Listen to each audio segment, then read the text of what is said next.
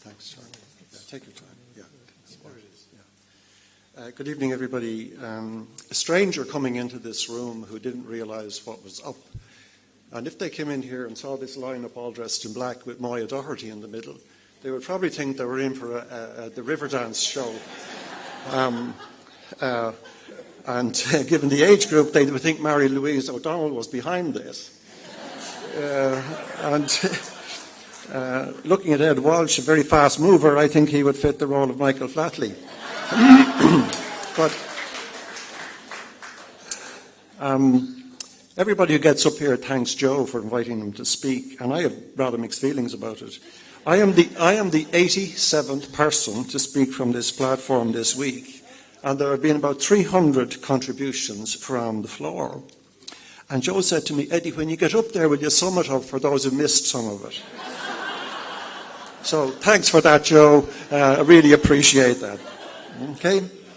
The question posed by Joe to this final thing is, how can we learn from the mistakes of the past? How can we learn from the mistakes of the past?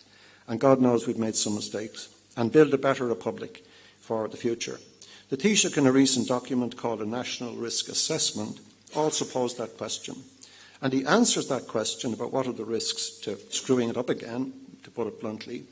He lists nuclear war, pandemics, food safety, terrorism, a whole series of external threats. But he does not mention the biggest threat, and one that is always present, and that is the shortcomings of our system of governance, the enemy within, if you wish. And what makes that such a big risk, it's a risk that dare not speak its name. It's not in the list of risks produced by the government about what could jeopardize our future. Now, we have seen examples all this week of the political system in action. We have seen examples of the fruits of the political system that we have. I don't need to list the successes of our political system, but I'll just mention two big ones. One is the curse of short-termism. We have seen it in relation to rural Ireland, in relation to energy this week, housing, water, health, nursing homes, all these things. A question was asked on this platform, I think yesterday or today, how long is the planning cycle that we need to tackle the things that matter to us? How long is the planning cycle? And the answer was the next election. So we really are cursed with the political system that by design, it's nothing to do with the individual politicians, it's designed to deliver short-term solutions that are popular.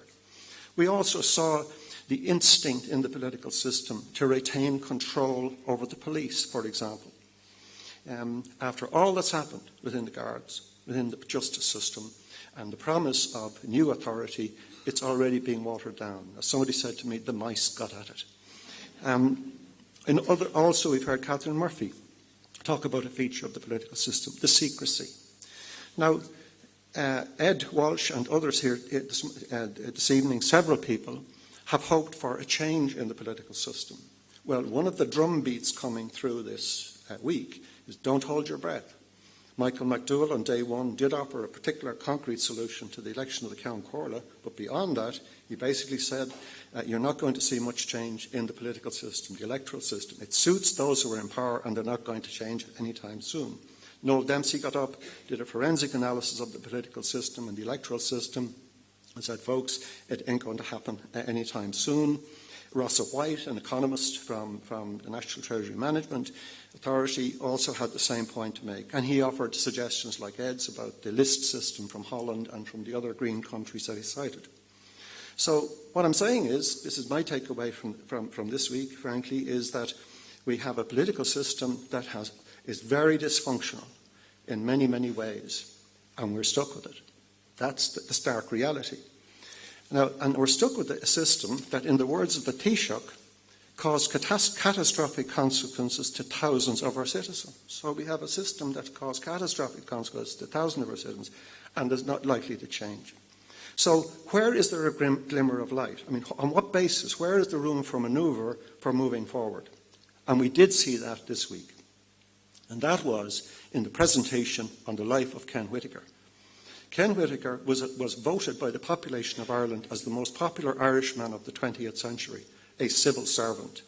And I believe that if we're stuck on the political system, we can make some progress and substantial progress if we put some hope in the civil service, in the administrative system. The civil servants pose a question for themselves in one of the papers they produced. The question is it the duty of a civil servant to follow his conscience and his professionalism and moral conscience, or should they follow the instructions of their political masters? Very profound question. There are really two groups within the public service, as I see it, both in their behaviour and in their statements in answering that question. One group answered the question by saying, well, the minister is duly appointed and my job is to follow his instructions.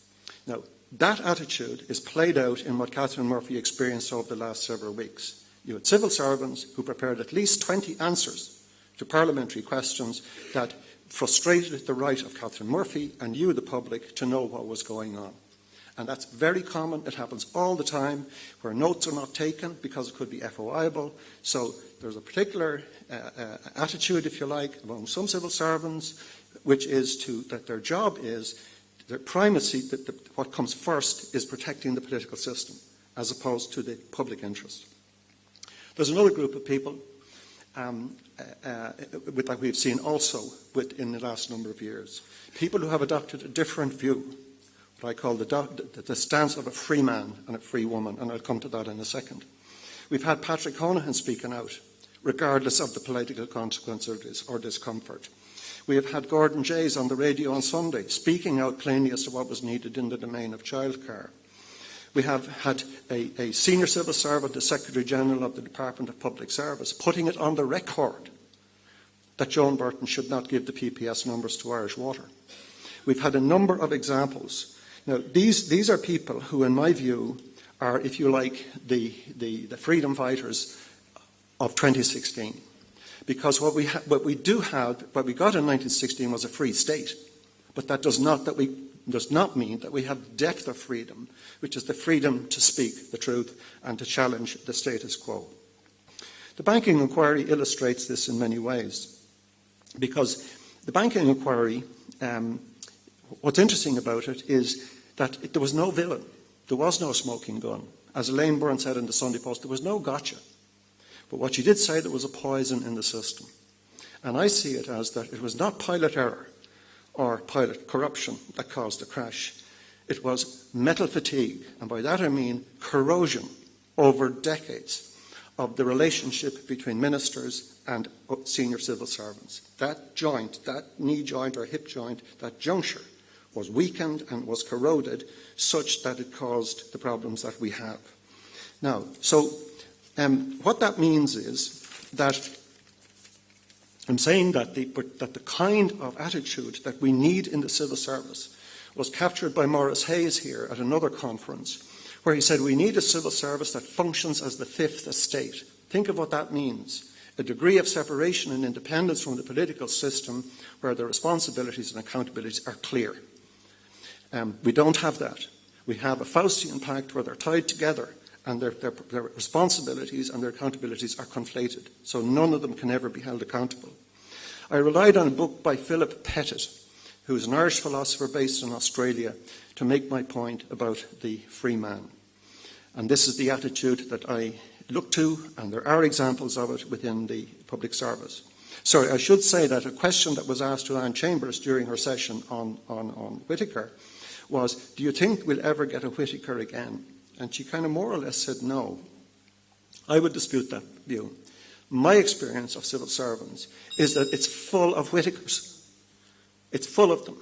People who join and who would be inspired by and who will subscribe to the same values as Whittaker. But somehow it's not being released, and somehow at the very apex of the organisation there are problems. But these two camps, if you like. I'll read from Pettit. A free man in the Republican tradition does not have to bow or scrape, to toady or kowtow, to fawn or to flatter. They do not have to live on their wits and walk on eggshells. They are their own men and women. You are free when you can walk tall, look others in the eye, speak the truth and seek the truth, without deference timidity, or fear of interference. Deference and ingratiation are the hallmarks of subjection. This deference and ingratiation characteristic of a subject people, remains embedded in some of our institutions at the most senior echelons, and we have paid a price for that. In conclusion, I quote from Martin O'Kane, well-known Irish writer in the latter half of the last century. Martin O'Kane said, "Nuair a dimig na Sasanig, níor dimig an Dlí." When the Brits went, the law didn't go. You still had to obey the law. And I'd paraphrase him. Nuair a dimig na Sasanig, níor dimig an Plá-Más agus an Gaeilge Slí. In other words, when the Brits went, we did not dispense with our inclination to ingratiate, Plá-Más, and to defer. My hope, my dream for the next decades and century ahead is a civil service that's characterised, that you could describe as the fifth estate, with civil servants ethical, competent, and free to speak truth to power in the public interest. In conclusion, a friend of mine had a look at the schedule for this week on the web tonight. He said he was looking in. I hope he is. Hello, Ian. And Ian said to me, "Jesus, Eddie," he said, "it'll be like trying to get a drink from a fire hydrant." And that's what it's been like all week. Great pleasure, Joe. Thanks very much for inviting me.